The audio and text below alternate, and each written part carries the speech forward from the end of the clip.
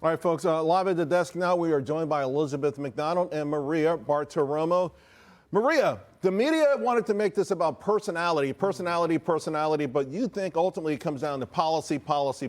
Yeah, I do, Charles, and I really like where we are because I feel like voters understand the issues and have been impacted by them.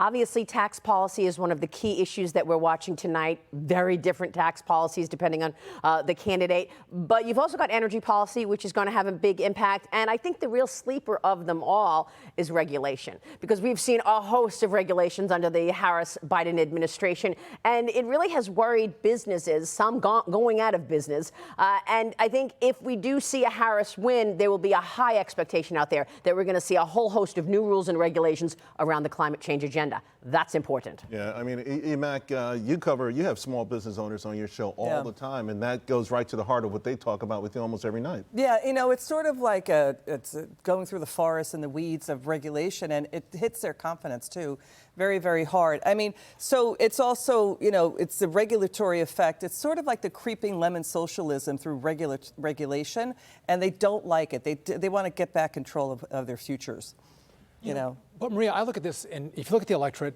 again, they're not running businesses, most of them, or they're small businesses. And if you're doing that, you care about taxes and regulations. But just a lot of families, they can't afford the grocery store. They can't afford the increase in their insurance premiums. They're getting crushed. But on the other side, you have abortion driving this electorate. And I find it interesting that we're sitting here tonight with such a close race. It's a nail biter. And I wonder which one is going to carry the day. Can the economy overcome the social policies that Kamala Harris has run on? Because really, that's it. It's Donald Trump bad and an abortion good. Vote for me. Yeah, I think that the pocketbook issues will prevail over the abortion issue.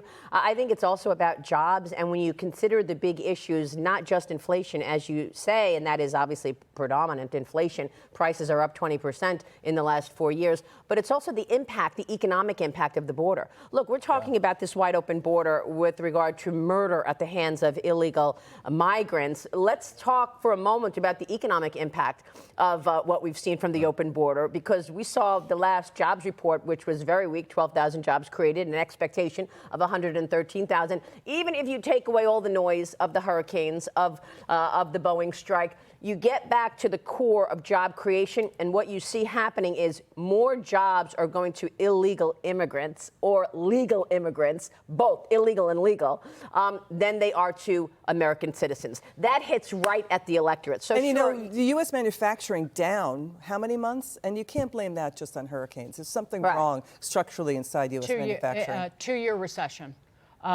23 months out of 24 months, manufacturing has contracted in this country. It is a 2-year recession with 184,000 manufacturing jobs lost since January of last year. And don't you laugh at me, because I say that every show, but it hits right to the heart of who this electorate is, right, Dagen? I mean, when you look at who's coming out to vote, these are people who are worried, and there's a fear factor. Right. Not just, oh, I lost my job, or I'm afraid my family's going to lose my job, but the fear of it. Right. And we see that And it hits as hardest to come out. in a lot of those swing states. This manufacturing crisis, not a renaissance crisis, is really going to make the difference. It could make the difference in a kind of because it has a halo effect, right? And manufacturing creates other jobs. Let's talk about, see, government knows best in the world of Kamala Harris and Joe Biden. It's like now. We're going to run nearly $2 trillion deficits every year when the economy is good. By the time Joe Biden and Kamala Harris, this administration ends, they will have added $8.3 trillion to the federal debt, Maria, and run down the Treasury's cash balance by $1 trillion. But her promises are to fix the problems caused by all this borrowing and spending is housing subsidies, child tax credits, and startup loans that will, in Andy Kessler's words, never be paid back because 90% of startups fail. Again, it's we're going to fix the problem with more of the problem. Yeah, and unfortunately, Kamala Harris really has not articulated a plan to attack debt and deficits, as well as rein in inflation. I mean, we're trying hard to understand what the plan is, but every time she's been asked, she said the same thing. I come from a middle-class family. Right. Okay, very good. But what are you going to do? What are the actual specific policies to rein it in? Look, we're facing another $5 trillion fiscal cliff by year-end. We're going to see another year-end package. It'll probably be another continuing resolution, but that's where these down-ballot races come into play to actually understand how this is going to get fixed. So far, you've had Donald Trump be very articulate and sort of really come across sophisticated about the economy, tapping into energy policy, extending the tax cuts, and tapping into energy capacity as a way to put more oil on the market to get oil prices down as the underlying issue for inflation. Right. We just haven't heard the articulate conversation in that regard from Kamala Harris yet. Right. You know what's really striking? I mean, Kamala Harris says new way forward. You don't hear anybody out there saying, let's do it again, or 4 more years. You know, Donald Trump in 2013 said something really funny about spending. He said, I hope we don't find life on Mars because we'll start sending money to Mars. So, you know what's really striking? It's like Politico said that Pennsylvania had grocery inflation ranking the highest in the nation last year. You see it in the Philly suburbs. You see Detroit, Atlanta. You see Phoenix. Their grocery inflation is higher than the median average for inflation. So when you see that, when you see the cost of living more than the national average, you got to say, whose narrative do you believe when you go into the voting booth? Who's going to fix it, right? Who's going to make my life better? And when you hear the price gouging plan out of Kamala Harris, the San Francisco Fed already said in May there's no price. That's not the reason for inflation.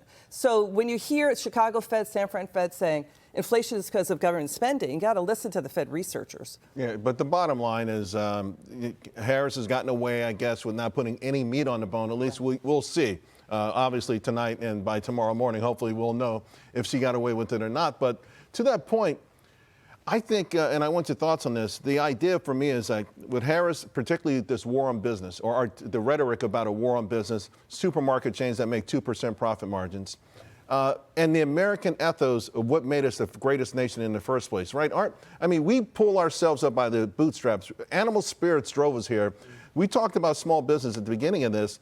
Immediately after Donald Trump won in 2016, an NFIB survey went through the roof. I mean, it skyrocketed. It went to levels that never gone before. Just sort of rekindling the idea, Maria, that we can do it ourselves if government moves out the way. Yeah, and these are all about expectations, right? There is a ton of business right now that is on the shelf.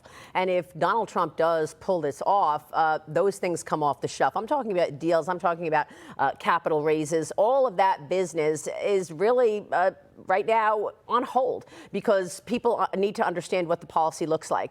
Regulation, as I mentioned, is going to be the big issue here because if you see more regulation in corporate America, that cuts right into growth. The money's got to come from somewhere. It's probably going to come from wages, inflation, cutting into consumer wages. These are all the issues for the electorate. Even though it may sound like it's really a business problem, it's not. These are individual problems. You mentioned the border earlier, and this is an issue, and I think this relates to this massive giveaways, whether it's free housing, free food, free cell phones, free daycare, at a time when, to the point, we can't afford this any longer.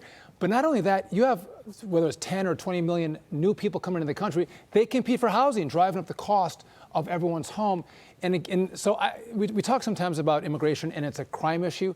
I think it's an economic issue. It certainly people is. see it and go, listen, I'm paying taxes, so you can give it to people who just got here. Right. You're giving them things that I could use, but you don't offer to me. You see it in the minority voters. When you listen to them in places like Chicago, Los Angeles, or here in New York City, they're upset about it. And so when we talk about government overspending, what I find really striking is, I hate to get wonky, I'll break it down simply. When you see that 10-year yield not responding to the Federal Reserve anymore, and then you see Kevin Warsh, a former Fed governor, saying, wait, something's wrong with the bond market. Is it broken because we swamped it?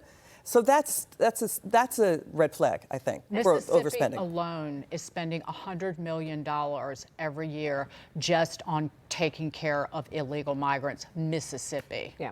You can't have a socialist society and have an open border. And as we try to analyze men versus women, who's coming out for whom, because I know that, Trump has been resonating with men and Kamala Harris seems to be resonating with women, I would not forget the fact that mothers are also watching their children in a different environment now for their school classes, okay? It used to be that your child was in a class maybe of 15 kids, 20 kids. Now Mostly you're talking English. about, that's right, now you're talking about classrooms of 20, 30, 40 kids, and half of them do not speak English. So that makes the learning process that much more difficult and longer. Kids are not learning the way that they were. It's a different learning experience. English is the second language. Right. So mothers, talk about women, mothers are aware of it. But the thing is, we're an Americans are an open arms society. We're very generous. We want legal immigration, but when you see what Maria's pointing out, and you've all been pointing out, it's a hit, right? All right, let's leave it there. We'll be coming back for more. Elizabeth McDonald, Sure. Maria Bartiromo.